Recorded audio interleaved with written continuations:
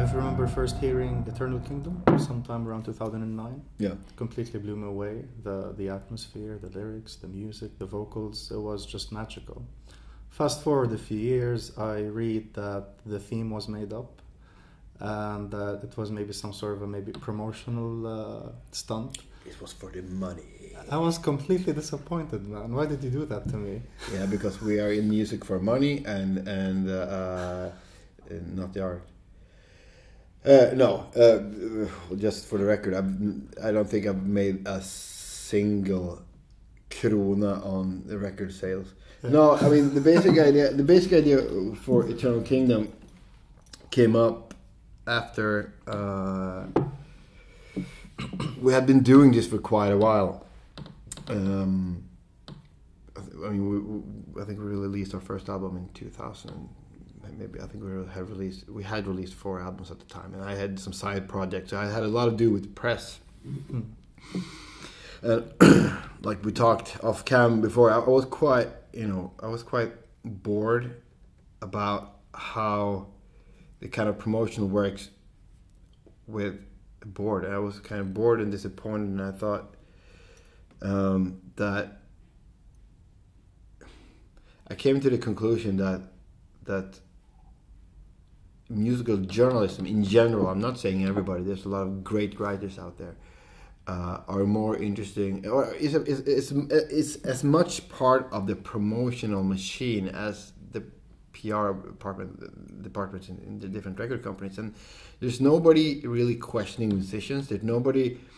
There's a lot of romanticizing kind of idiotic ideologies and themes and so I just wanted.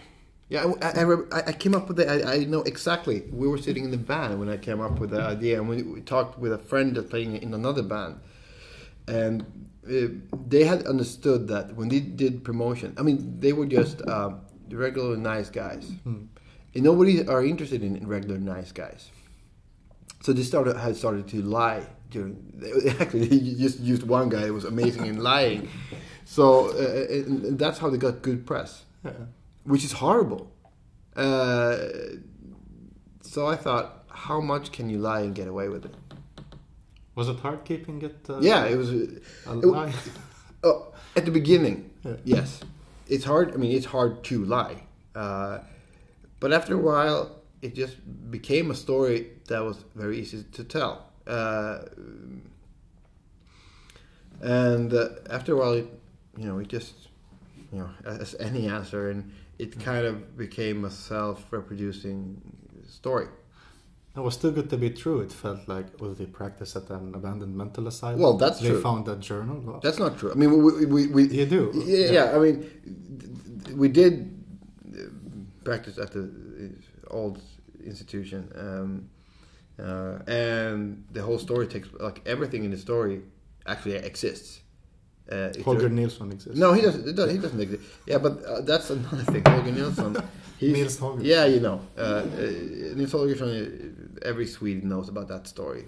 It's kind of a fairy tale. Yeah, it's a fairy tale about a boy that shrinks and starts learning to talk with animals.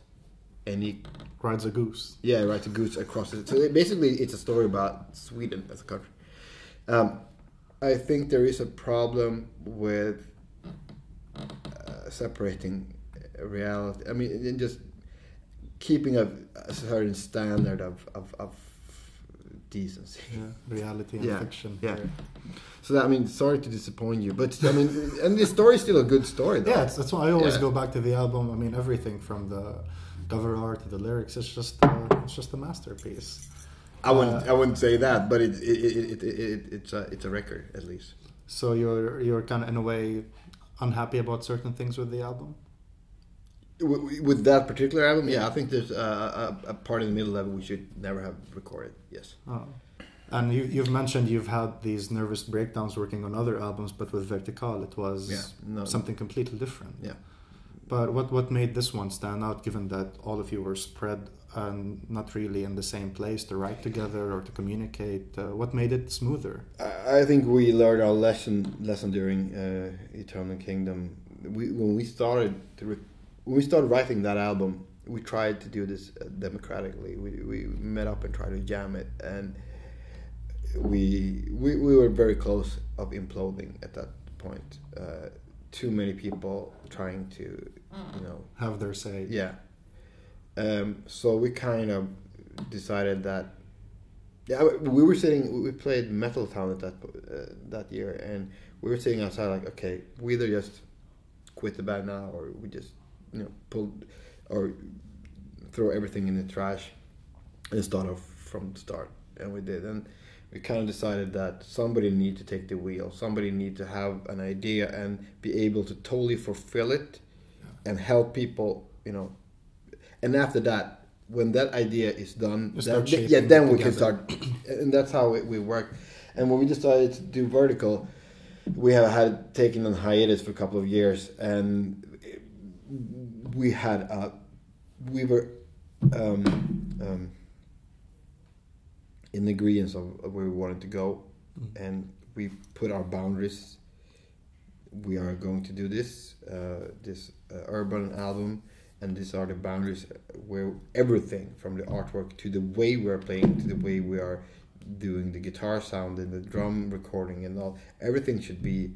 We wanted it to feel like this kind of 1920s positive view of the industrialization of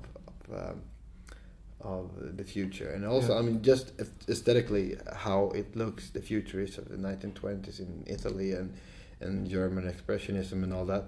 That's just something that aesthetically was appealing. Yeah, that's where Fritz Lang. So